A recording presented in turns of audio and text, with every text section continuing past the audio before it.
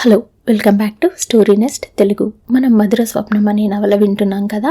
కథ ఇంకా ఇలా ముందుకు వెళ్తుంది. కృష్ణ వచ్చేసరికి రాజారాం గారు డ్రాయింగ్ రూమ్లో కూర్చొని ఎవరో అతిథులతో మాట్లాడుతున్నారు.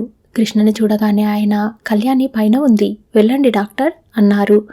కృష్ణ మెట్లెక్కి పైకి వచ్చాడు. అక్కడ కళ్యాణి కూర్చొని ఉంది. చేతిలో వీణ ఉంది. దాని తీగలు సరిచేస్తున్న కళ్యాణి కృష్ణని చూడగానే లేచి పరిగెత్తుకు వచ్చినట్లుగా ఎదురు వచ్చింది. హలో, గుడ్ మార్నింగ్ అంది. కృష్ణ కళ్యాణిని రెప్పపాటుగా నఖశిఖ పర్యంతం చూశాడు. కళ్యాణి బాగానే ఉంది. ఇదేమిటి, ఒంట్లో బాగాలేదని నాకు ఫోన్ చేశారేమిటి? అతను ఆలోచనగా చూస్తుంటే, ఏమిటలా చూస్తున్నారు? కృష్ణని దబాయిస్తున్నట్లుగా అడిగింది. ఏం లేదు, మీరు అతను నసిగాడు. ఏమిటి నేను? అయినా ఇదేమిటి? ఫోన్ అయినా చేయకుండా ఏం చేశారు? ఊరికనే చూసి వెళ్దామని. అబద్ధం, నేను కనిపించి 4 రోజులయ్యింది. ఎలా ఉన్నాను, ఏం చేస్తున్నాను అని మీకు ఆదుర్దా, అవునా? కరెక్ట్, అందుకేగా మిమ్మల్ని నా ఫ్రెండ్ అనేది. చూడండి, మనసుకి చేరువ అయితే అవతల మనిషి గురించి అన్నీ ఇట్టే తెలిసిపోతాయి, అవునా? అవును. ఇంతలో రాజారాం గారు అక్కడికి రానే వచ్చారు. కళ్యాణి ఆయనని చూస్తూ, చూసారా డాడీ, కృష్ణకి నా పట్ల ఎంత ఆదుర్దానో. ఊరు నుంచి వచ్చానని తెలియగానే సమయానికి వచ్చేశారు. ఉండండి డాడీ, గౌరీతో కాఫీ తెమ్మని చెబుతాను. కాదు అంటూ కృష్ణని చూస్తూ, నా డియరెస్ట్ ఫ్రెండ్కి నా చేతులతోనే స్వయంగా కాఫీ కలిపి ఇస్తాను. అప్పుడు కానీ నాకు తృప్తి ఉండదు. కళ్యాణి, మీకెందుకు శ్రమ, గౌరీ తెస్తుందిగా అన్నాడు కృష్ణ. మనకిష్టమైన వాళ్ళకి మనమే స్వయంగా కొన్ని పనులు చేయటంలో ఎంతో ఆనందం ఉంటుంది, అవునా డాడీ? అవునమ్మా, అవును అన్నారాయన. చూసారా, డాడీ కూడా ఒప్పుకున్నారు. ఇప్పుడే వస్తాను అంటూ లోపలికి వెళ్ళింది. కళ్యాణి అక్కడి నుంచి పూర్తిగా వెళ్ళిపోయిందని తెలుసుకున్న తర్వాత రాజారాం గారు కృష్ణతో తగ్గు స్వరంతో, డాక్టర్, నేనే అర్జెంటుగా రమ్మనమని ఫోన్ చేయించాను. కళ్యాణి రాత్రి నుండి సరిగా లేదు. ఉదయం లేచిన తర్వాత కూడా నాతో మాట్లాడలేదు. మేం రాత్రి మెడ్రాస్ నుంచి వచ్చాం కదా, అప్పటినుంచి మౌనంగా పరధ్యాసగా అలాగే కూర్చుంది. అందుకే నాకు భయం వేసింది. అక్కడేమైనా జరిగిందా? ఏం జరగలేదు. మేం పెళ్లికి వెళ్ళాం కదా, వెళ్ళిన తర్వాత అక్కడ అందరితో సరదాగానే ఉంది. నవ్వుతూ తుల్లుతూ జోక్స్ చేస్తూనే ఉంది. తీరా పెళ్లి జరగబోతుండగా, అంటే సరిగ్గా మంగళసూత్రధారణ జరుగుతుండగా ఏమనుకుందో ఏమో, పెళ్లి పందిర్లో నుంచి చటాలన లేచి వెళ్ళిపోయింది. కొద్దిసేపు అయిన తర్వాత గౌరీ పరిగెత్తుకుని వచ్చి, అమ్మాయి గారు ఏడుస్తున్నారు అని చెప్పింది. నేను వెళ్ళాను. కళ్యాణి మంచం మీద పడి దిండులో ముఖం దాచుకుని వెక్కి వెక్కి ఏడుస్తోంది. నేను చూడలేకపోయాను. నా గుండెలు పెండేసినట్టయింది. దగ్గరికి వెళ్ళి, ఏమిటమ్మా అన్నాను. ఉలిక్కిపడి లేచి కూర్చుంది. నన్ను చూడగానే ముఖం వెలవెలా పోయింది. గభాల్నా కళ్ళు తుడుచుకుంటూ, అబ్బే ఏం లేదు డాడీ, ఏం లేదు అంది. నా దగ్గర దాస్తున్నావు కదూ అన్నాను నిష్ఠూరంగా. లేదు లేదు డాడీ, ప్లీజ్ మీరు నన్ను వేరుగా అర్థం చేసుకోకండి అంది. గభాల్నా లేచి వెళ్ళి ముఖం కడుక్కొని వచ్చింది. మనిషి నలిగిపోయినట్టుగా ముఖం వాడిపోయి ఉంది. నాతో ఎప్పట్లా నవ్వుతూ మాట్లాడింది. ఇంతలో ఇంకో సంఘటన జరిగింది. ఆ పెళ్లికి నా చిన్ననాటి స్నేహితుడు రంగనాథం అని మిలిటరీలో మేజర్గా చేసి రిటైర్ అయ్యాడు. వాడికి ఒకే ఒక్క కొడుకు. ఆ కుర్రాడు ఢిల్లీలో వ్యాపారం చేస్తున్నాడు. చాలా అందంగా ఉన్నాడు. పేరు వాసు. రంగనాథం నేను ఎప్పుడో వాసుకి కళ్యాణికి పెళ్లి చేయాలని అనుకున్నాం. రంగనాథం ఎంతో సంతోషంగా కళ్యాణిని నా కోడలుగా చేసుకుంటాన్రా అన్నాడు. కళ్యాణి అప్పటి వరకు వాసుతో బాగానే మాట్లాడింది. ఈ మాట వినగానే చటాలన అక్కడి నుంచి లేచి వెళ్ళిపోయింది. గదిలోకి వెళ్ళి బట్టలు సర్దుకుని ఇంటికి వెళ్ళిపోదాం డాడీ అంది. ఇక ఒక్క క్షణం అక్కడ ఉండటానికి ఇష్టపడలేదు. ఎవరు ఎంత చెప్పినా వినలేదు. నేను కూడా బయలుదేరి వచ్చేశాను. ప్లేన్లో, ఎందుకమ్మా ఇలా చేశావంటే, ముఖం దించుకొని, నా పెళ్లి సంగతి ఎవరి ముందు ఎత్తకండి డాడీ అంది. ఇంటికి వచ్చిన తర్వాత కూడా ముభావంగా పరధ్యానంగానే ఉంది. రాత్రి అన్నం తినలేదు. గదిలో పొద్దుపోయేవరికి లైట్ వెలుగుతూనే ఉంది. నిద్రపోలేదని నాకు తెలుసు, కానీ నేనేం చెయ్యను, మనసు విప్పి నాకేమీ చెప్పదయ్యే అన్నారాయన బాధగా. మీరు ఆదుర్దా పడకండి. కళ్యాణి మనసులో ఏముందో, ఆమెని వేధించే ఆ సమస్య ఏమిటో తెలుసుకుని మీకు తెలియజెప్పే బాధ్యత నాది, సరేనా? Thank you doctor, thank you.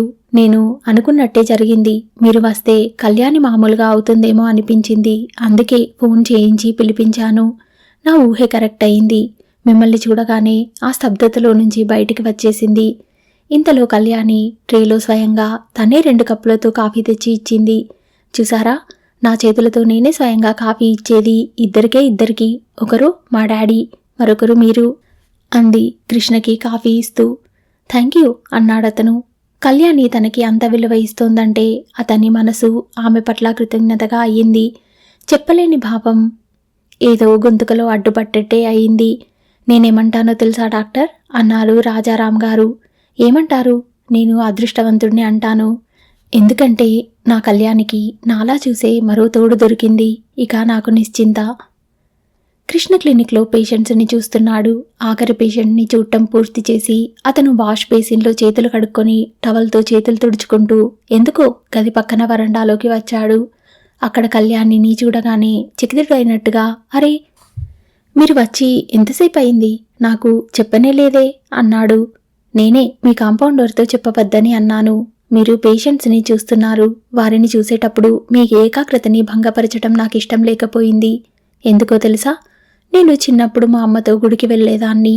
ఆ ఆవరణలో అడుగెట్టిన క్షణం నుంచి అమ్మ మిగతా ప్రపంచం మరిచిపోయినట్టుగా ప్రవర్తించేది. దేవుడి పట్ల ఆవిడ ఆరాధన, ఏకాగ్రత ఆ చిన్న వయసులో నాకు అర్థమయ్యేవి కావు. అమ్మని అనవసరంగా మాట్లాడించి విసిగించేదాన్ని. ఆవిడ ధ్యాస నా మీదనే ఉండాలి అనిపించేది. నన్ను మర్చిపోయినట్టు ఆవిడ దేవుడి వైపు చూడటం సహించేదాన్ని కాదు.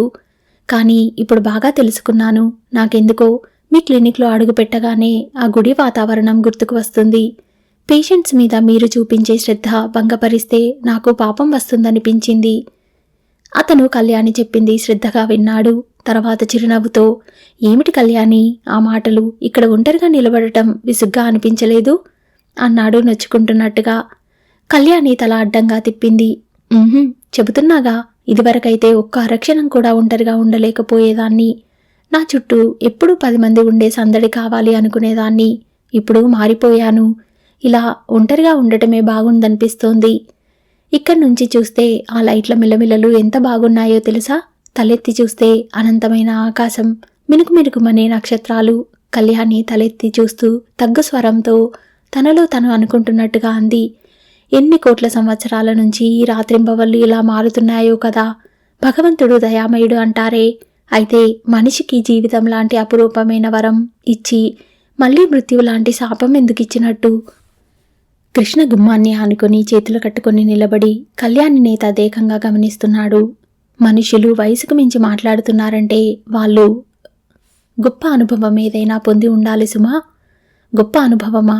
కాదు, భయంకరమైన అనుభవం అనండి. అలాంటిదేదైనా జరిగిందా కళ్యాణి? కళ్యాణి గవాల్న తిరిగి చూసింది. తనని తాను నిలవరించుకున్నట్టుగా.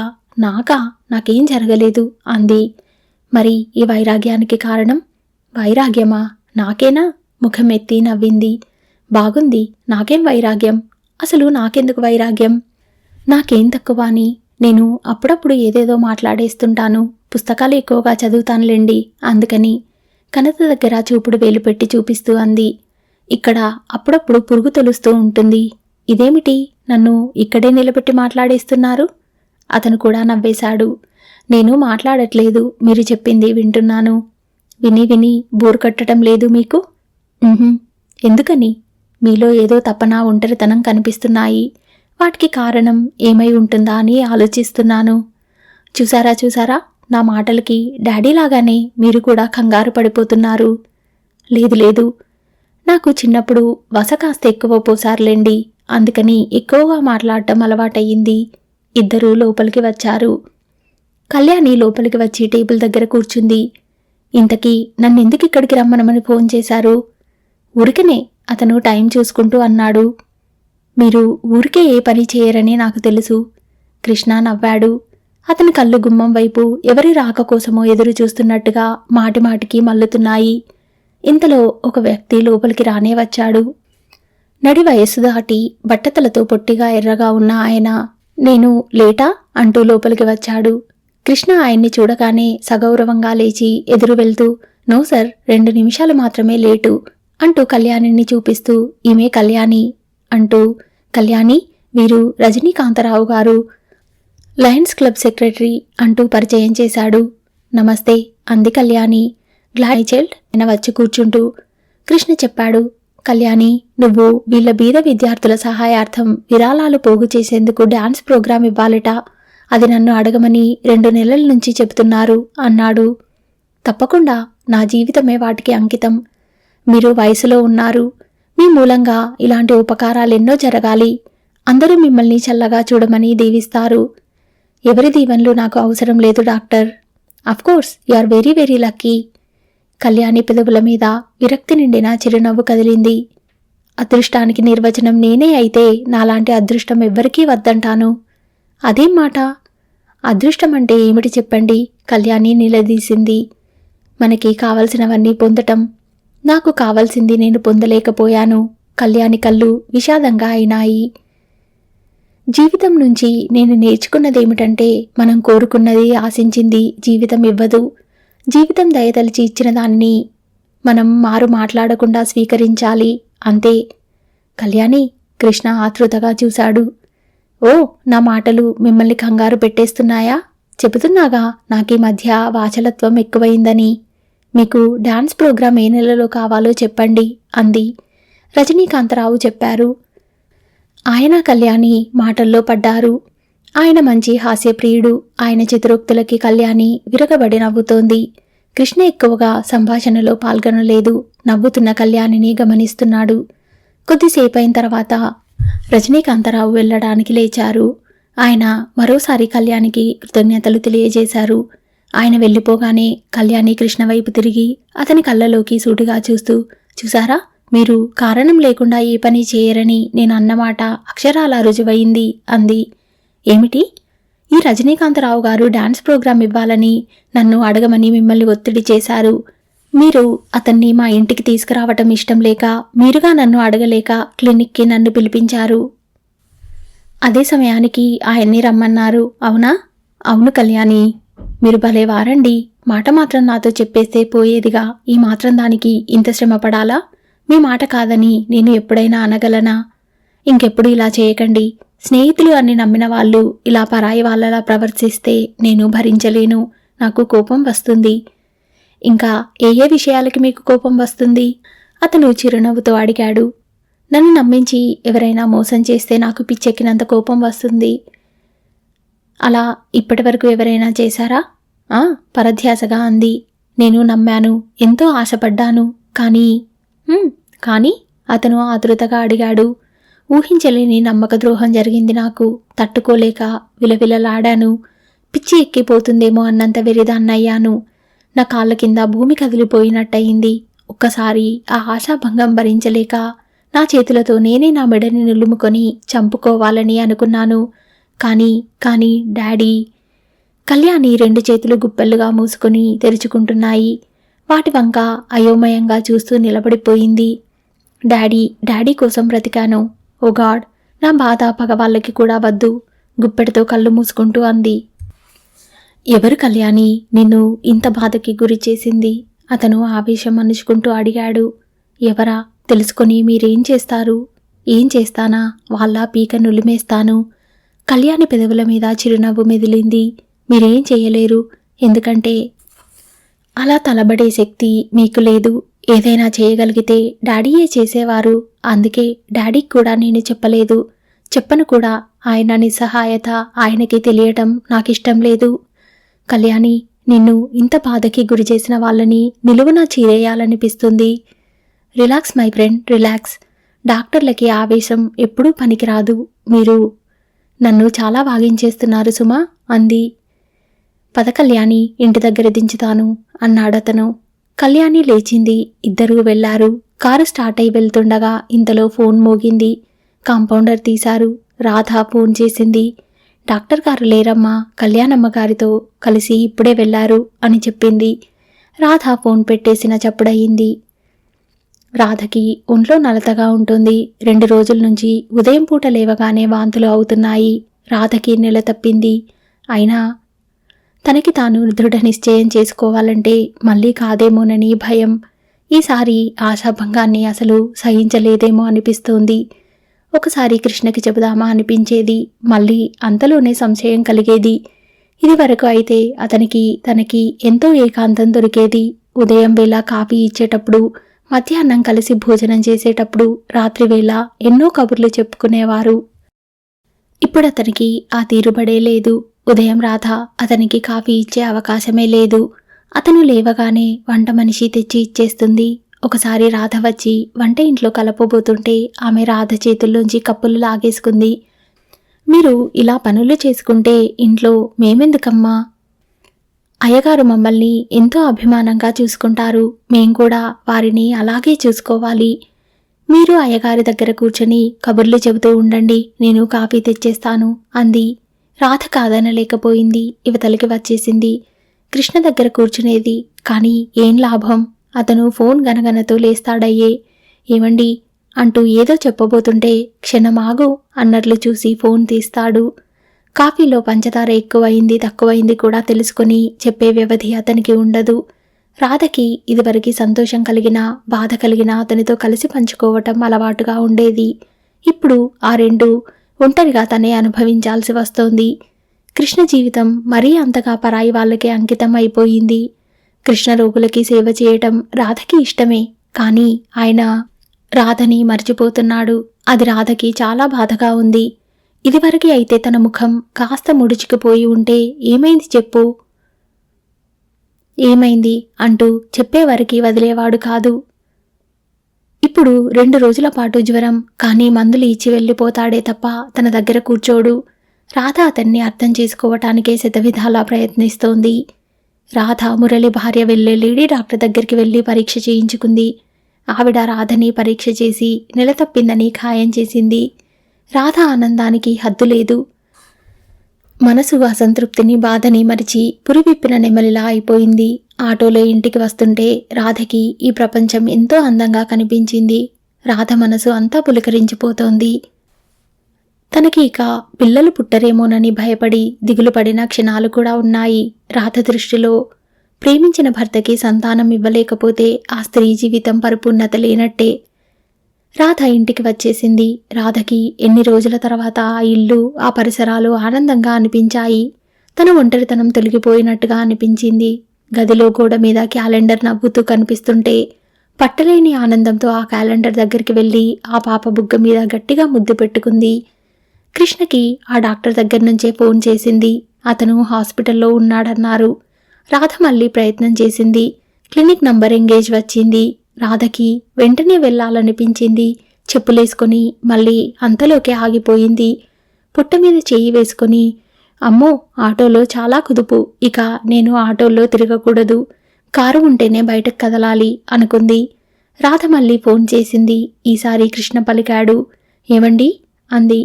ఏమిటి రాధా అన్నాడు. మీరు ఉన్న పలంగా ఇంటికి రావాలి. ఇప్పుడా? పేషెంట్స్ ఉన్నారు రాధా, ఏమైంది? ఎందుకో చెప్పు, మీకు శుభవార్త చెప్తానండి. శుభవార్త ఏమిటి? మొన్న పుట్టిన పిచ్చిక పిల్లలు ఎగురుతున్నాయా? ఇదివరకి ఇలాగే శుభవార్త చప్పున రండి అంటే పరిగెత్తుకు వెళ్తే తీరా కుక్క పిల్లలు పుట్టిన సంగతి చెప్పింది. కాదండి, అన్నింటికంటే శుభవార్త. రాధకి సంతోషంతో సరిగ్గా మాట కూడా రావటం లేదు. అబ్బా చెప్పరాదు, ఇక్కడ పేషెంట్స్ చాలామంది ఉన్నారు, వారిని చూడటం త్వరగా ముగించి వచ్చేయండి. సరే, మర్చిపోరుగా, నేను మర్చిపోతే నువ్వు ఫోన్ చేసి గుర్తు చేయబోయి అంటూనే అతను ఫోన్ పెట్టేశాడు. రాధ కుర్చీలో కూర్చుంది. రాధ కళ్ళు కళ్ళల పువ్వుల్లా ఉన్నాయి. కృష్ణ ఈ వార్త వినగానే ఎంత ఆనందం పొందుతాడో రాధకి తెలుసు. రాధ చెంపకి చెయ్యి ఆనించుకొని కూర్చుంది. కొల్లేరులో ఆ రోజు యాక్సిడెంట్కి గురయ్యి శిశువుని పోగొట్టుకున్నప్పుడు కృష్ణ ఎంతో బాధపడ్డాడు. తనని ఎంత బాగా చూశాడు. పిల్లలు పుట్టలేదనే బాధ అతనికి కూడా ఉంది. తనకి తెలుసు. తను బయటపడి అంటుంది, అతను మాట్లాడడు, అంతే తేడా. రాధ ఇల్లుని కలియ చూసింది. తొందరలో ఇక్కడ చిన్న పాప తప్పటడుగులు, బోసి నవ్వులు వినిపిస్తాయి. పిల్లలు లేని ఇల్లు నిశ్శబ్దంగా ఉంటుంది. ఆ నిశ్శబ్దం మహాభయంకరమైనది. ఇంటికి జీవితానికి సందడి తెచ్చేది పిల్లలే. పిల్లలు లేని జీవితం ఎడారి లాంటిదేనని రాధ భావం. కృష్ణ ఆఖరి పేషెంట్ని చూసేశాడు. అతను ఇంటికి బయలుదేరుతుండగా కాంపౌండర్ సేఠ్ గోవిందదాస్ గారు ఫోన్ చేశారు. ఆయనకి బీపీ ఫాల్ అయ్యిందంట, మిమ్మల్ని ఒక్కసారి వచ్చి చెకప్ చేయమని చెప్పారు అన్నాడు. కృష్ణ లేస్తూ, లేదు, నేను ఇంటికి త్వరగా వెళ్ళాలి. రేపు ఉదయం వచ్చి చూస్తానని చెప్పు. నేను ఇంత క్రితం రాసి ఇచ్చిన మందులే వాడమను. కదలకుండా పడుకుని ఉండి బాగా రెస్ట్ తీసుకోమన్నానని చెప్పు. చూడు, పరమహంస గారి ఇంటికి వెళ్ళి వాళ్ళ పాపకి ఇంజెక్షన్ ఇచ్చి టెంపరేచర్ తగ్గిందో లేదో కనుక్కొని నాకు ఫోన్ చెయ్యి. అతను వెళ్ళబోతూ ఆగి, అన్నట్టు మర్చిపోయాను. శర్మగారి భార్యకి మందులు పంపిస్తానని చెప్పాను. ఈ క్యాప్సిల్స్ తీసుకెళ్ళి ఇవ్వు. ఇంకో 2 రోజులు భోజనం చేయవద్దన్నానని చెప్పు. ఓకే, నేను వెళ్తున్నాను. అతను వెళ్ళబోతుండగా ఇంతలో ఫోన్ గనగన మోగింది. కాంపౌండర్ తీశాడు. హలో, రాజారాం గారా? అయ్యగారు లేరండి అతను అంటుండగానే ఆ పేరు వినగానే కృష్ణ గభాలన వచ్చి ఫోన్ తీసుకున్నాడు. హలో అన్నాడు. డాక్టర్ గారా? త్వరగా రావాలి. కళ్యాణి గది తలుపులు వేసుకుంది. తీయట్లేదు. లోపల నుంచి మూలుగు వినిపిస్తోంది. ఎంత బాదినా తలుపులు తీయటం లేదు. డాక్టర్, మీరు త్వరగా రావాలి. త్వరగా రండి. ఆయన గొంతులో దుఃఖం బద్దలవడానికి సిద్ధంగా కంపించిపోతోంది. నేనిప్పుడే వస్తున్నాను. మీరు భయపడకండి. నేను క్షణాల్లో వచ్చేస్తున్నాను అన్నాడు కృష్ణ. చప్పున రండి డాక్టర్, చప్పునే రండి ఆయన ఏడుపు గొంతుతో అనేసి ఫోన్ పెట్టేశాడు. కృష్ణ బయటికి వచ్చాడు. అతను అన్నట్టుగానే 10 నిమిషాలలో కారులో కళ్యాణి ఇంటి ముందుకి వచ్చి ఆగాడు. కారు తలుపు తీసుకుని పరిగెత్తినట్టుగా లోపలికి వెళ్ళాడు. అక్కడ హాల్లో ఎవరూ లేరు. కృష్ణ వేగంగా మెట్లెక్కి పైకి వచ్చాడు. అందరూ కళ్యాణి ముందే మూగి ఉన్నారు. అందరి ముఖాల్లో నిస్సహాయత, భయం కనిపిస్తున్నాయి. రాజారాం గారు కృష్ణని చూడగానే ఎదురు వచ్చారు. చూడు బాబు, లోపల ఏం ప్రమాదం జరిగిపోతోందో నాకేం తెలియటం లేదు. ఇంత క్రితం వరకు కళ్యాణి మూలుగు వినిపించింది. ఇప్పుడు అది కూడా వినిపించటం లేదు. ఈ దరిద్రపు తలుపు రావటం లేదు. కళ్యాణి పలకడం లేదు. ఆయన అంటుండగానే కృష్ణ వెళ్ళి తలుపులు బాదాడు. కళ్యాణి, కళ్యాణి. అతని గొంతు కూడా ఆతృతగా ఉంది. కళ్యాణి అరిచినట్టే పిలిచాడు. ఎవరు? ఆ గొంతు నీరసంగా వినిపించింది. నేను కృష్ణని, తలుపు తీ. కళ్యాణి గొంతు వినగానే రాజారాం గారి కళ్ళలో ఆతృత తగ్గి సంతోషం కనిపించింది. డాక్టర్ గారి గొంతు వినగానే కూతురు పలకడం ఆయన గమనించాడు. తలుపు తీ కళ్యాణి అన్నాడు. వస్తున్నా. 10 నిమిషాల తర్వాత కళ్యాణి తలుపు తీసింది. కళ్ళు ఏడుస్తున్నట్టుగా ఎర్రగా చింతనిప్పుల్లా ఉన్నాయి. జుట్టు రిబ్బన్తో కట్టుకొని ఉంది. ముఖం నలిగినట్టుగా ఉంది. మనిషి నిలబడలేక తలుపుకు ఆనుకుంది. ఏమిటి ఏమిటి అందరూ ఇలా? మూగారెందుకు డాడీ? ఏమైంది అంది.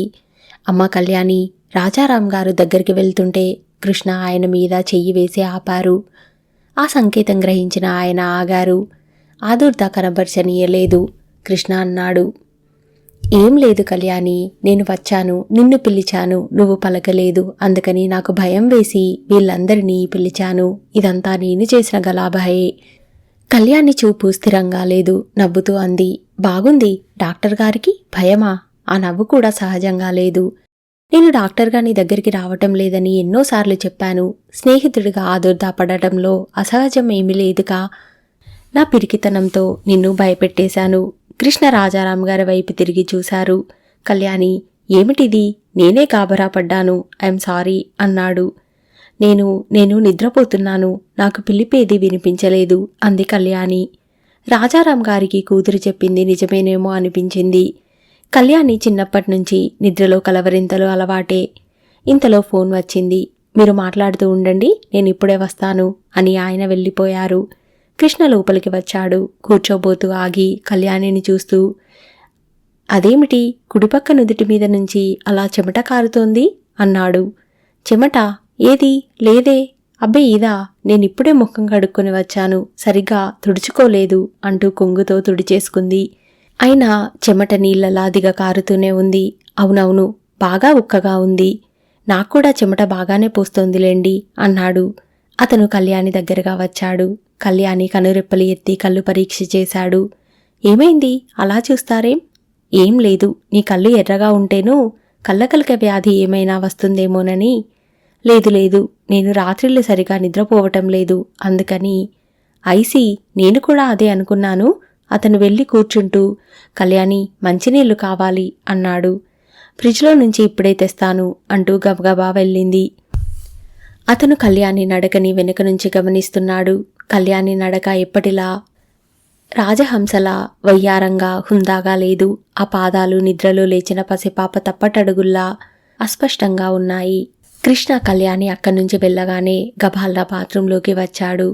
అతనికి బేసిన్లో రక్తపు మరకలు కనిపించాయి. వాటిని పరీక్షగా చూసిన అతను నిట్టూర్చాడు. తిరిగి వచ్చి సోఫాలో కూర్చున్నాడు. కళ్యాణి మంచినీళ్లు తెచ్చి ఇచ్చింది.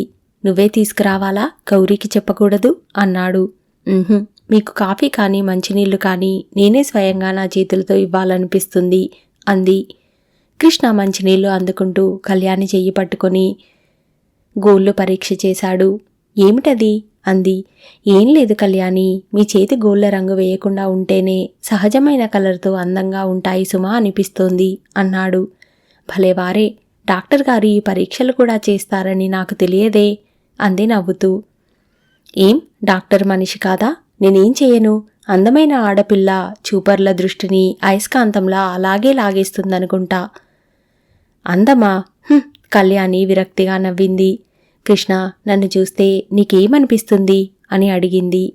చెప్పలేనంత అదృష్టవంతులని. ఏం మీకేం తక్కువ?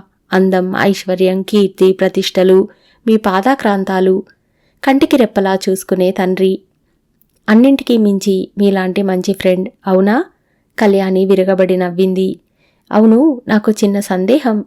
మీరు నాకు నిజంగా ఫ్రెండ్ అయితే ఈసారి మీరు అని, ఇంకోసారి నువ్వు అని ఈ భేదాలేమిటి?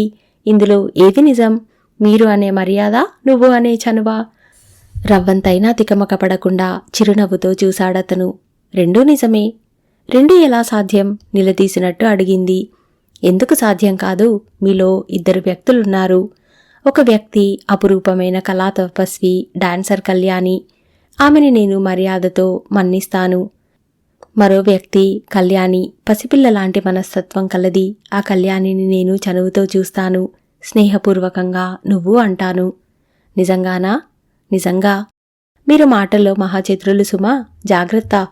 ఒక కళ్యాణికి మీరు దగ్గరవ్వాలని చూస్తున్నట్టున్నారు. రెండో కళ్యాణి కూడా మీకు దగ్గరవ్వాలని చూస్తోంది. నాకేం భయం లేదు. అప్పుడప్పుడు మిమ్మల్ని బాగా భయపెట్టాలనిపిస్తుంది. మీరు భయపడుతుంటే చూడాలనిపిస్తుంది. హతోస్మి అన్నాడతను. అతను అన్న ఆ తీరు చూసి కళ్యాణి విరగబడి నవ్వింది. ఇంతలో ఫోన్ మోగింది. కళ్యాణి అలా నవ్వుతూనే వెళ్ళి ఫోన్ తీసి, హలో, కళ్యాణి స్పీకింగ్ అంది. అవతల నుంచి హలో అని వినిపించింది. ఎవరు కావాలి? డాక్టర్ గారున్నారా? ఉన్నారు. మీరెవరు? నేను వారి పేషెంట్ని. ఒక్క నిమిషం. కళ్యాణి ఫోన్ ఇస్తూ, కృష్ణ, నీకే ఫోన్ అంది. కృష్ణ వచ్చి హలో అన్నాడు. ఒక్క నిమిషం. ఎవరూ జవాబు చెప్పలేదు. అతను మళ్ళీ హలో అన్నాడు. అవతల నుంచి ఫోన్ డిస్కనెక్ట్ అయినా చిన్న శబ్దం వినిపించింది. కట్ అయింది అంటూ అతను ఫోన్ పెట్టేశాడు. ఇంతలో రాజారాం గారు అక్కడికి వచ్చారు. అక్కడ మ్యూజిక్ వినిపిస్తోంది. కళ్యాణి నవ్వుతూ కృష్ణతో జోక్స్ చేస్తూ మాట్లాడుతోంది. నవ్వుతూ మామూలుగా ఉన్న కళ్యాణిని చూసిన తర్వాత ఆయన గుండెలు తేలికపడినాయి. క్షణం క్రితం చూసిన కళ్యాణిలో విషాదం, నీరసం ఈ కళ్యాణిలో కనిపించటం లేదు. ఆయన కృష్ణ వైపు కృతజ్ఞతగా చూశాడు.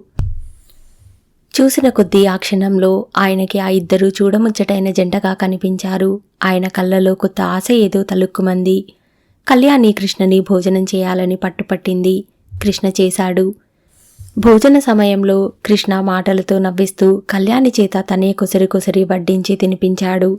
రాజారాం గారు ఏమీ మాట్లాడలేదు. ఆయన ఆ ఇద్దరిని నవ్వుముఖంతో కల్లారా చూస్తున్నారు. కృష్ణ ప్రవర్తన, అతని సంస్కారం, అతని రూపం అతనికి తృప్తిగా అనిపించాయి. కళ్యాణి పక్కన అతను ఈడుజోడుగా ఉండటం ఆయన ఎప్పటినుంచో గమనిస్తూనే ఉన్నారు. ఇప్పుడు ఆ అభిప్రాయం ఇంకా బలపడింది. ఆయన ఆలోచనగా కూర్చుండిపోయారు. భోజనాలైపోయాయి. కళ్యాణికి గుడ్ నైట్ చెప్పి మెట్లు దిగి వస్తున్నాడు కృష్ణ. కింద హాలులో రాజారాం గారు అతని కోసమే వేచి చూస్తున్నట్టుగా కూర్చొని ఉన్నారు. కృష్ణని చూడగానే ఆయన లేచి నిలబడుతూ, డాక్టర్, ఒక్కసారి ఇలా రండి, మీతో నేను మాట్లాడాలి అన్నాడు. కృష్ణ ఆయన వెంటే వచ్చాడు. ఇద్దరూ ఆయన గదిలోకి వచ్చారు. కృష్ణని ఆయన కూర్చోమన్నట్టు సోఫా చూపించారు. ఆయన కూడా కూర్చున్నారు. డాక్టర్, మీతో నేను ఒక ముఖ్యమైన విషయం మాట్లాడాలనుకుంటున్నాను అన్నాడు. చెప్పండి అన్నాడతను. కళ్యాణిని చూస్తే మీకేమనిపిస్తుంది? చాలా అదృష్టవంతురాలనిపిస్తుంది. ఆయన క్షణం ఆగి అన్నారు. ఆ అదృష్టంలో భాగం పంచుకునే అవకాశం మీకు వస్తుందంటే మీరేమంటారు? కృష్ణ చకితుడైనట్టు చూశాడు. ఆయన మాటలు అతనికి అర్థం కాలేదు. అంటే? అన్నాడు.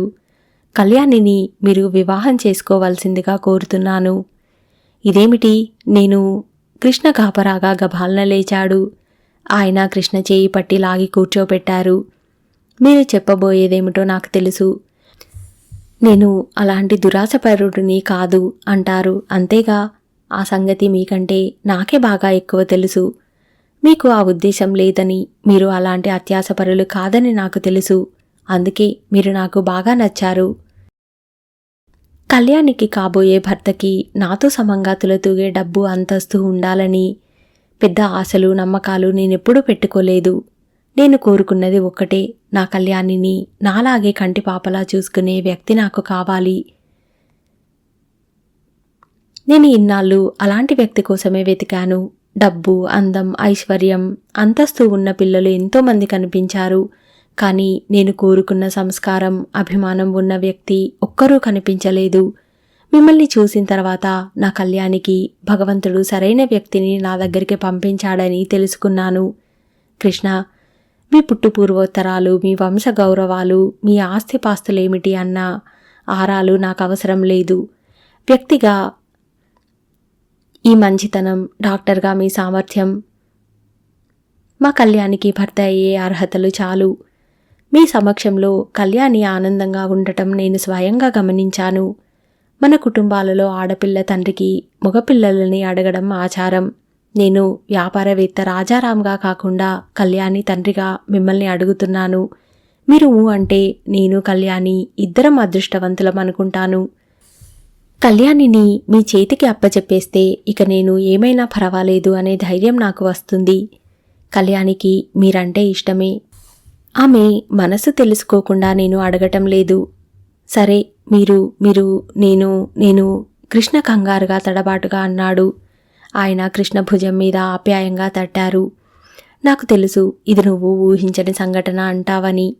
అభిప్రాయం నాతో చెప్పనవసరం లేదు, కళ్యాణితో చెబితే చాలు. ఆయన లేచారు. కృష్ణ కూడా లేచాడు. నువ్వు అంటే నేను రేపు బ్రాహ్మణుడిని పిలిపించి ముహూర్తం పెట్టిస్తాను. నాకు పెళ్లికి చాలా వ్యవధి కావాలి. ఎందుకంటే నా కూతురి పెళ్లి ఎవరు కనీ విని ఎరగనంత ఘనంగా చేయాలి. నువ్వు కాదనవని నాకు తెలుసు. నాకు అలాంటి అపనమ్మకం ఏమాత్రం ఉన్నా అసలు ఈ ప్రసక్తే తెచ్చేవాడిని కాదనుకో కృష్ణ. ఆయన కృష్ణ భుజం మీద చెయ్యి వేశారు. కళ్యాణిని, ఈ ఇంటిని నీ చేతికి అప్పగిస్తే నాకు చాలా నిశ్చింతగా ఉంటుంది. ఆ నిశ్చింతని వీలైనంత త్వరగా తెచ్చుకోవాలని ఉంది నాకు అన్నారు. కృష్ణ దిమ్మరపోయినట్టు చూస్తున్నాడు. వస్తా, గుడ్ నైట్. ఆయన అక్కడి నుంచి వెళ్ళిపోయారు. కృష్ణ ఇంకా దిమ్మరపోయినట్టే చూస్తూ బయటికి వచ్చాడు. కారులో కూర్చొని కార్ స్టార్ట్ చేశాడు. ఏం మనుషులు వీళ్ళు, తనకి పెళ్ళయిందని తెలియదా? అతనికి మనసులో ఆగ్రహం లాంటిది కలుగుతోంది. ఈ గొప్ప వాళ్ళంతా ఇంతే. వాళ్ళ ఇళ్ళకి వచ్చే వాళ్ళ విషయాలు వినే తీరుబడి, ఓపిక రెండూ ఉండవు. కృష్ణ చిన్నప్పుడు చదువుకునే రోజుల్లో ఒక ధనవంతుల ఇంట్లో ట్యూషన్ చెప్పటానికి వెళ్ళేవాడు. వాళ్ళ అమ్మాయికి ఏడాది పాటు ట్యూషన్ చెప్పాడు. ఒకసారి జ్వరం వచ్చి మానేశాడు తను. 10 రోజులైన తర్వాత మళ్ళీ వెళ్తే, అసలు నువ్వు ఎక్కడ ఉంటావో కూడా మాకు చెప్పలేదు, నీ అడ్రస్సే తెలియదు, ఇట్లా చెప్పకుండా మానేస్తే ఎట్లా అంటూ ఆవిడ కసిరింది. తను చెప్పటానికి అవకాశం ఏది? కృష్ణకి ఇక్కడ కూడా అదే జరిగినట్టు తోస్తోంది. అతను డ్రైవ్ చేస్తూ ఆలోచిస్తున్నాడు. తనకి పెళ్లి కాలేదని రాజారాం గారు అనుకోవటం అతనికి ఘోరాతి ఘోరంగా కనిపిస్తోంది. అవును, ఆలోచిస్తే అందులో ఆయన తప్పేమీ లేదనిపిస్తోంది. ఒక రాజారాం గారే కాదు, చాలామందికి అతనికి పెళ్ళైన విషయమే తెలియదు. తన ఇంటికి ఎవరూ రారు. రాధ ఇక్కడికి తనతో రాదు. అతనికి హఠాత్తుగా రాధ మీద చాలా కోపం వచ్చింది. దీనికంతటికీ కారణం రాధ ఇప్పుడు పార్టీలకి, ఫంక్షన్స్కి తన వెంట రమ్మంటే సనుగుడు. అక్కడ అందరూ డ్రింక్ చేస్తారు. సాటి ఆడవాళ్లతో ఏం మాట్లాడాలో తెలియదు. రాధ అమాయకత్వం, కలుపుగోలు లేనితనం, తనకి పెళ్ళయిందని తెలిస్తే ఎంత షాక్ అనిపిస్తోందో. ఆ క్షణం ఎదుర్కోవాలంటే అతనికి వెరుపుగా ఉంది. ఆయన ఎంత నమ్మకంగా, ఎంతో ఆశతో, ఎంత ధైర్యంగా కళ్యాణిని చేసుకోమని అడిగాడు. తనకి పెళ్లి అయిందని తెలిసి ఆయన తొందరపాటికి ఆయన ఎంత సిగ్గుపడతాడో. కృష్ణ ఊహించలేందేమీ కాదు. కళ్యాణిని తను పేషెంట్గానే చూశాడు. కృష్ణకి హఠాత్తుగా అర్థమైంది. కానీ తనని ఆయన డాక్టర్గా చూడలేదు. కూతురికి నచ్చిన వ్యక్తిగా గౌరవించాడు, అభిమానించాడు. అక్కడ వచ్చింది ఈ చిక్కు. రాజారాం గారి మనసు నొప్పించకుండా ఈ చిక్కుముడిని విప్పాలి. కళ్యాణి తనని అర్థం చేసుకోగలదు అనే ధైర్యం కృష్ణకి బాగా ఉంది. వాళ్లతో కలిసినప్పుడల్లా వాళ్ళ విషయాలు వినటమే తప్ప వారికి తన విషయాలు వినిపించే అవకాశం ఎప్పుడూ ఉండేది కాదు. కృష్ణ ఇంటికి వచ్చాడు. రాధ పడుకుని ఉంది. అతను లోపలికి వెళ్ళి బట్టలు మార్చుకుంటూ భోజనం చేశావా అని అడిగాడు. మీరు? ఎదురు ప్రశ్న వచ్చింది. నేను చేశాను. రాజారాం గారి ఇంట్లో. ఏమైంది? రాధ దిగ్గున లేచి కూర్చుంది. చేయి చాస్తూ, విషయాలు నాకనవసరం. మీరు ఎప్పుడు ఇంట్లో భోజనం చెయ్యరు. ఆ మాట తెలిస్తే చాలు అంటూ విసురుగా లేచి వెళ్ళింది. లోపలికి వెళ్ళి రాధ దడాల్న శబ్దం చేస్తూ వంట ఇంటి తలుపు వేసి వచ్చింది. నువ్వు భోజనం చేశావా అడిగాడు కృష్ణ. మీకనవసరం. ఏమిటా మాటలు? రాధ అతని వైపు చర్రున చూసింది. అనవసరంగా నన్ను తర్కంలోకి దింపకండి. మీరు వినరాని మాటలు వినాల్సి వస్తుంది. రాధ తీవ్రతకి అతను తెల్లబోయాడు. రాధ మంచం మీదికి వెళ్ళి ముసుగు పెట్టుకుని పడుకుంది. ఏమిటి శుభవార్త చెబుతానన్నావు? దానికిప్పుడేం తొందర? నేను బుద్ధి లేక ఏదో వాగుతూ ఉంటాను. చెప్పాల్సినంత ప్రత్యేకమైనదేమీ కాదు. రాధా, నేను డాక్టర్ని. డాక్టర్తో జీవితం అంటే ఇలాగే ఉంటుంది. నువ్వు పెళ్లి చేసుకునేటప్పుడే ఆలోచించుకోవాల్సింది. అప్పుడు టైం లేకపోయింది. ఇప్పుడు జీవితాంతం ఆలోచించుకుంటాను. రాధ గోడవైపు తిరిగి పడుకుంది. కృష్ణ తిండి తీసుకుని యువతల గదిలోకి వచ్చాడు. అతనికి చెప్పలేనంత అలసటగా ఉంది. ఎన్నో రకాలుగా అతని మనసు చిరాకుగా ఉంది. రాధ అతన్ని దగ్గరికి తీసుకుని గుండెల్లో దాచుకొని సేద తీర్చేది పోయి ఇలా దూరంగా తరుముతోంది. అతని బాధ ఇంకా ఇంకా ఎక్కువ అయినట్టుగా ఉంది. ఉదయం అయ్యింది. కృష్ణ లేచాడు. రాధ లేచింది. కాని ఎప్పట్లా అతనికి ఎదురు రాలేదు. కృష్ణకి వంట మనిషే కాఫీ తెచ్చి ఇచ్చింది. కృష్ణ స్నానానికి వెళ్ళాడు. అక్కడ టవల్ లేదు. తనే వెళ్ళి తెచ్చుకున్నాడు. అతను స్నానం చేసి వచ్చేసరికి బట్టలు సిద్ధంగా లేవు. తనే బీరువా తెరిచి తీసుకున్నాడు. రాధ గదిలో మంచం మీద పుస్తకం తిరిగేస్తూ కూర్చుంది. ఇంట్లో ఏర్పడిన నిశ్శబ్దం భయంకరంగా ఇద్దరి మధ్య ఛేదించలేని గోడలా ఉంది. కృష్ణ బ్రేక్ఫాస్ట్కి వచ్చాడు. వంట మనిషి ప్లేట్లలో టిఫిన్ పెడుతోంది. అతని పక్కన రోజు రాధ కూర్చునే కుర్చీ ఖాళీగా ఉంది. అతను కూర్చొని ఇడ్లీ తినబోతూ మీ అమ్మగారెక్కడా పిలువు అన్నాడు. వంట మనిషి రాధ గదిలోకి వెళ్ళి వచ్చి అమ్మగారికి ఆకలి లేదట బాబు అంది. ఇడ్లీ తినబోతున్న కృష్ణ అది వదిలేసి లేచేశాడు. బేసిన్ దగ్గరికి వెళ్ళి చెయ్యి కడుక్కుంటూ రాధకి వినబడేటట్టు బిగ్గరగా నాక్కూడా ఆకలి లేదు. నేను భోజనానికి కూడా రాను. మీ అమ్మగారికి ఆకలి వేసి తింటానని అన్నప్పుడు నాకు ఫోన్ చెయ్యి. అంతవరకు నేను ఇంటికి కూడా రానే రాను అన్నాడు. అతను టవల్తో చెయ్యి తుడుచుకొని యువతలకి వస్తుంటే ఇంతలో పని మనిషి వచ్చింది. వస్తూనే డాక్టర్ బాబు అంటూ అతని కాళ్ళ మీద పడి శోకాలు పెట్టసాగింది. ఏమిటి, ఏమైంది? ముందు విషయం చెప్పు కసిరినట్టుగా అన్నాడు. పని మనిషి లేచి నిలబడి ఏడుపు దిగమింగుతూ ఏం చెప్పను. 4 రోజుల కింద నా కూతురిని మీరు చెప్పిన డాక్టరమ్మ దగ్గరికి తీసుకువెళ్ళాను. ఆమె పురుడు కష్టం, ఆపరేషన్ చేయాలి అంది. పైసలు చాలా అవుతాయి. ముందు డబ్బు ఇస్తేనే ఆపరేషన్ చేస్తాను అంది. నా మెడలో గుల్లగొలుసు తాకట్టు పెట్టి 1500 రూపాయలు తీసుకువెళ్ళి ఇచ్చాను. ఆమె నా బిడ్డని పుట్టకోసి పెద్ద ఆపరేషన్ చేస్తుంటేనే బిడ్డ పోయాడట. ఏమోలే మా దురదృష్టం అనుకున్నాం. నా బిడ్డకి ఆపరేషన్ అయింది కదా, ఆ కుట్లు మాననే లేదు. చీము పోసినాయి. దాంతో జ్వరం, ఏవేవో మందులు ఇచ్చారు. ఇంటికి పొండి, అవే తగ్గుతాయంది.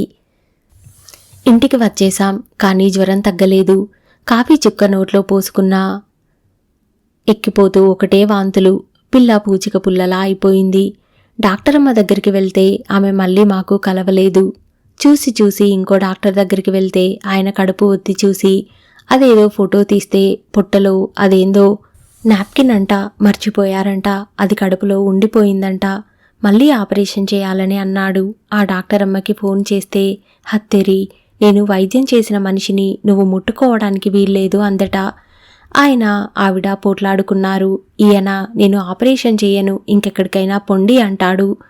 వాళ్ళ పోట్లాటలు తీరే లోపల నా బిడ్డ చచ్చేటట్టుంది. నా కూతురికి అసలే ప్రాణం లేనంత నీరసంగా ఉంది. మళ్ళీ ఆపరేషన్ చేస్తే బతుకుతుందంటారా బాబు?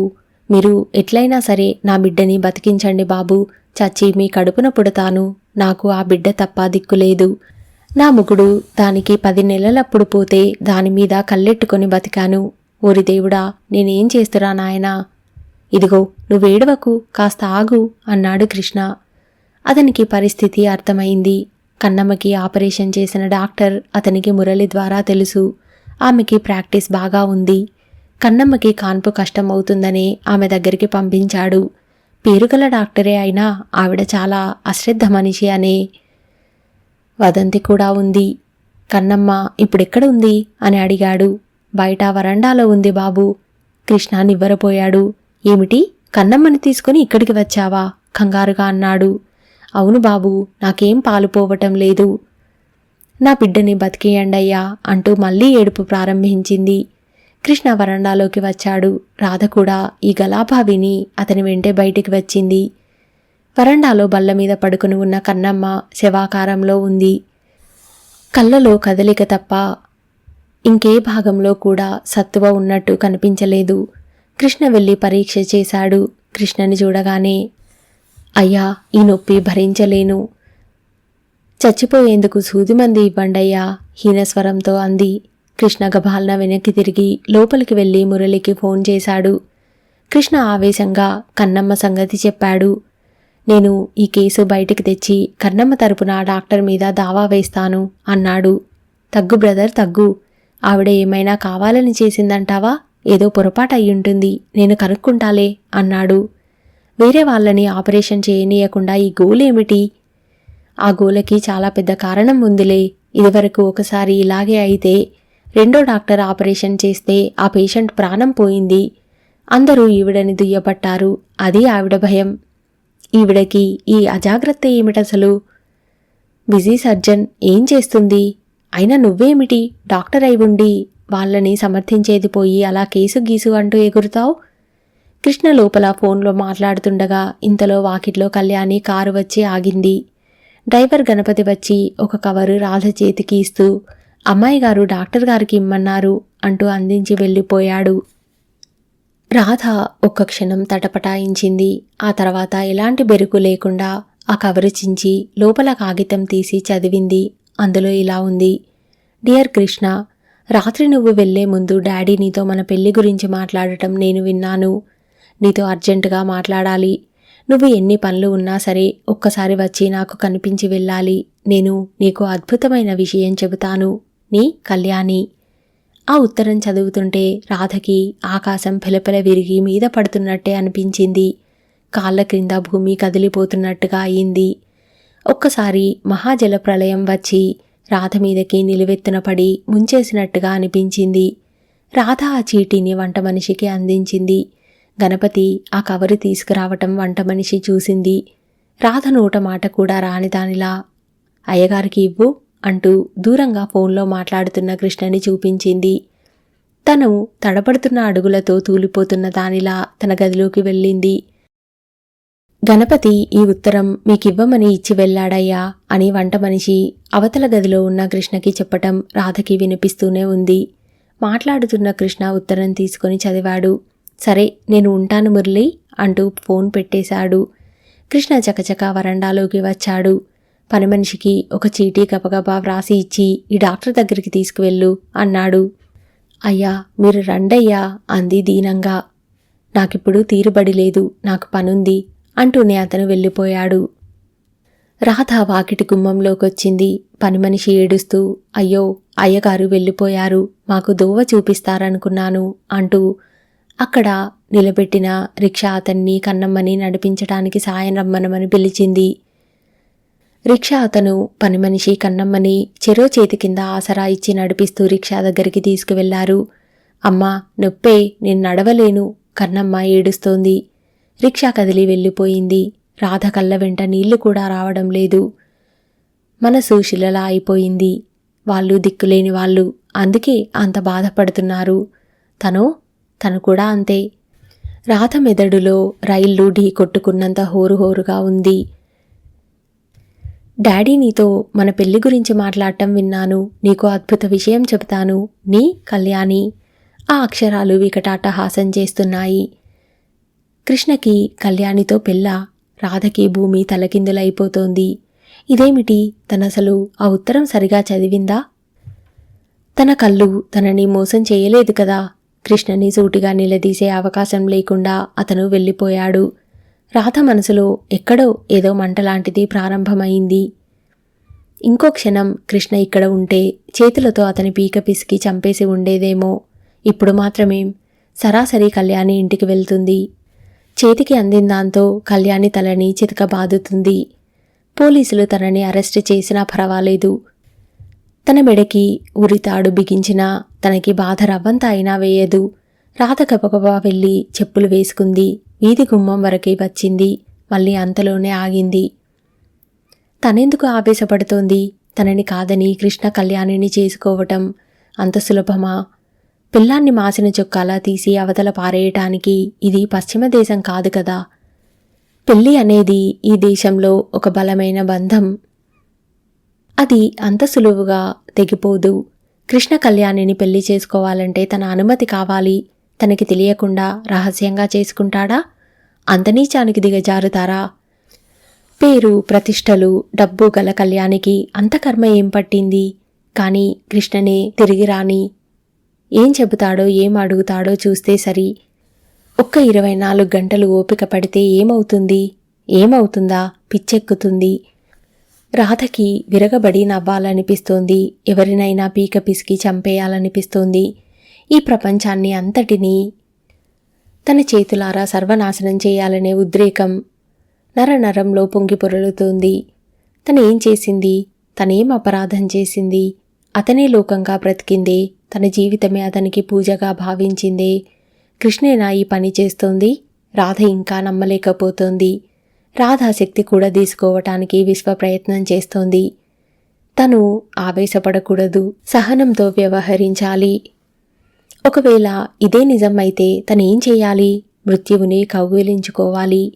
రాధ చెయ్యి అప్రయత్నంగా పుట్టమీదికి మళ్ళింది. రాధ కళ్ళలో నీళ్లు తిరిగాయి. ఈ శిశువుని హత్య చేయటమేగా. రాధకి ఏడుపు వచ్చేసింది. మంచం మీద పడి దిండులో ముఖం దాచుకొని ఏడవసాగింది. ఆ ఏడుపులో ఎంత భయంకరమైన ఒంటరితనం అనుభవిస్తున్న బాధ ప్రతిధ్వనిస్తోంది. రాధ జీవితంలో మొట్టమొదటిసారిగా చచ్చిపోవాలనే కోరిక కలిగింది. చావు తప్ప ఈ బాధని ఇంకెవరూ తీర్చలేరు అనే నమ్మకం కలగసాగింది. తను ఒంటరిగా ఎర్రటి ఎండలో ఎడారిలో నిలబడినట్టుగా, తనకి తోడుగాని ఆదుకోవటానికి నీడగాని లేనట్టుగా అనిపించసాగింది. అమ్మా, భోజనానికి రండమ్మా, పనిమనిషి వచ్చి పిలిచింది. నాకు ఆకల్లేదు. అయ్యో, పొద్దుట టిఫిన్ కూడా తినలేదు. నాకు ఆకల్లేదు, నన్ను విసిగించకు అంది. రాధ అలా ఎంతసేపు మంచం మీద పడి ఉందో ధ్యాసే లేదు. సాయంత్రం అయ్యింది. రాధ లేచింది. తనకి తానే నిబ్బరం తెచ్చుకుంది. వంట మనిషిని పిలిచింది. నేను గుడికి వెళ్తాను, పూలు కొబ్బరికాయ తెప్పించు అంది. వంట మనిషి వెళ్ళి ఫోన్ చేస్తుంటే ఎక్కడికి ఫోన్ చేస్తున్నావు అంది. అయ్యగారికి కారు పంపించమని చెబుతున్నాను. ఏం అవసరం లేదు, నేను ఆటోలో వెళ్ళగలను. నాకు చెప్పకుండా ఇలాంటి పనులు ఇంకెప్పుడూ చేయకు అంది. సరేనమ్మా, మీరు ఆటోలో వెళ్ళరేమోనని వంట మనిషి నసిగింది. రాధ గుడికి బయలుదేరింది. ఆటోలో వెళ్తుంటే అది ఏ లారీకో గుద్దుకుంటే ఎంత బాగుంటుంది అనిపించింది.